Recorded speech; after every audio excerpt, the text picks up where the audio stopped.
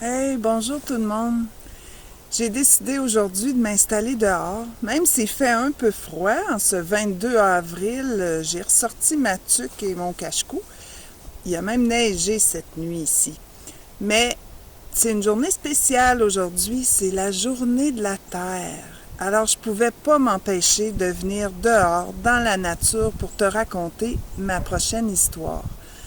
Et j'espère que tu vas l'aimer. Moi, c'est un petit peu un coup de cœur pour moi, cette histoire-là. Et avant de commencer mon histoire, je voudrais te montrer quelque chose. Quand je vais me promener en forêt, là où il y a des beaux arbres, il y a une chose que j'adore faire, puis tu verras en lisant l'histoire que je suis pas la seule à aimer faire ça. Alors, regarde bien, qu'est-ce que j'aime faire quand je suis dans la forêt. J'adore faire des câlins aux arbres puis prendre leur énergie. Puis ce que j'aime beaucoup faire aussi, c'est lever ma tête et aller voir comment grand cet arbre est rendu, comment il a dû prendre beaucoup de temps pour être grand comme ça. Puis j'aimerais te faire partager qu'est-ce que je vois quand je lève ma tête. Alors tu vas voir comment cet arbre-là, il est beau et très, très grand. J'aime bien voir le ciel à travers ses branches. Puis tu sais, les amis, un arbre, c'est vivant. Là, comme tu as pu voir, il n'y a pas encore de feuilles dedans, mais il y a des petits bourgeons tout petits qui bientôt, avec la chaleur, vont éclater et devenir de belles feuilles. Derrière moi, tu vois du vert, c'est parce qu'il y a des arbres comme les cèdres, les sapins, les épinettes, les pins. Eux, ils restent verts toute l'année. Mais les arbres qui perdent leurs feuilles à l'automne, c'est pas parce qu'ils meurent.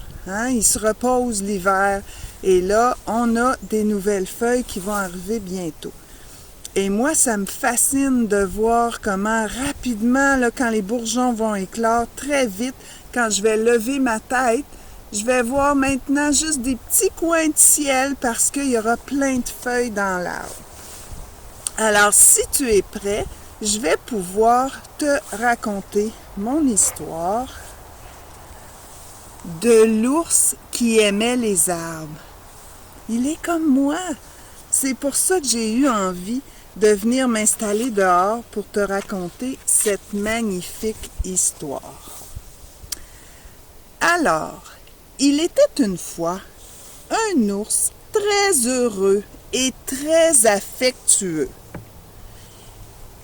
Il avait tellement d'amour à donner qu'il faisait un câlin à chaque être vivant qu'il croisait sur son chemin dans la forêt. Parce que la planète Terre, les amis, elle est pleine d'êtres vivants. Les fleurs, les arbres, c'est des êtres vivants. Les poissons, les animaux, les humains, tous les humains, on est tous des êtres vivants. Et l'ours, lui, aimait tout ce qui était vivant. Parfois, partout où il se promenait, l'ours distribuait son amour un câlin après l'autre. On voit ces pistes d'ours, il se promenait et il aimait bien donner des câlins. Il faisait même un câlin aux créatures que les ours sont censés manger. Il pouvait croiser un lapin très dodu et simplement s'arrêter, sourire et lui faire un super gros câlin. Le lapin ou le lièvre est un peu surpris de se faire un câlin par un ours. Aucun animal n'était trop gros pour lui. Tu vois ici, c'est un gros orignal, mais il n'était pas trop gros pour recevoir un câlin de notre ami l'ours.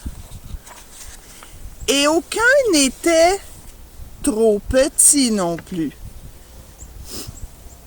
Même ici, le petit oiseau peut très bien recevoir un câlin de l'ours. Et même aucun animal n'était trop puant, même pas la moufette. ou trop effrayant, même pas le serpent, lui aussi pouvait très bien recevoir un câlin de notre ami l'ours. Rien ne l'arrêtait, lui, pour faire des câlins. Mais c'est aux arbres que cet ours aimait le plus faire un câlin.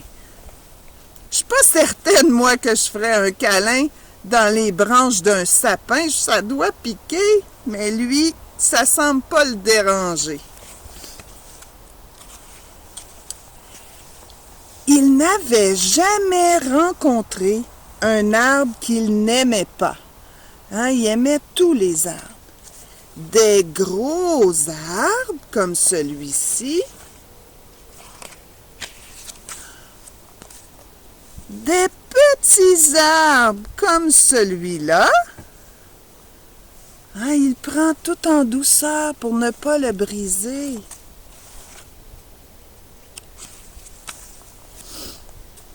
Des pommiers. Il faisait même des câlins aux pommiers. Regarde, on dirait que le pommier lui a donné une pomme en cadeau. Des poiriers. Le poirier, les amis, c'est l'arbre qui fait pousser des poires. Des pêchers. Ça, c'est l'arbre qui fait pousser des pêches. L'ours leur faisait un câlin à tous. Un jour, alors qu'il tentait de faire un câlin à un castor et à un arbre en même temps, un homme avec une hache est entré dans la forêt.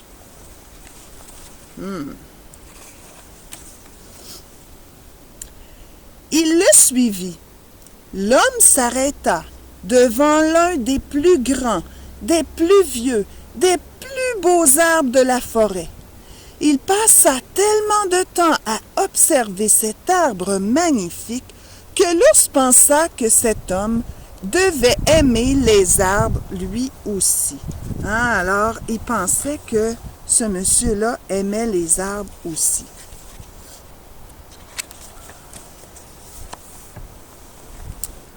Mais, sous les yeux de l'ours horrifié, l'homme se mit à couper l'arbre. Pour la première fois de sa vie, l'ours ne ressentit pas du tout l'envie de faire un câlin. Il était pas content, là, il avait pas le goût de faire un câlin. Au moment où il s'apprêtait à planter ses dents dans l'homme, l'ours s'arrêta d'un coup sec. Il se rendit compte que même s'il était très fâché, il ne pouvait pas manger l'homme. Ce n'était absolument pas dans sa nature. L'ours poussa un soupir et décida de faire ce qu'il avait toujours su très bien faire. Il fit un câlin à l'homme. On dirait qu'il est surpris, le monsieur. L'homme n'avait pas l'habitude de recevoir des gros câlins d'ours. Dès que l'ours le relâcha, l'homme laissa tomber sa hache et s'enfuit en courant loin, très très loin. Ça lui a fait peur, mais l'ours ne voulait pas lui faire mal. L'ours a souri et il a fait un super gros câlin à l'arbre. L'arbre s'est alors senti beaucoup mieux. Alors les amis, tu vois, il n'y a pas juste moi qui fais des câlins aux arbres.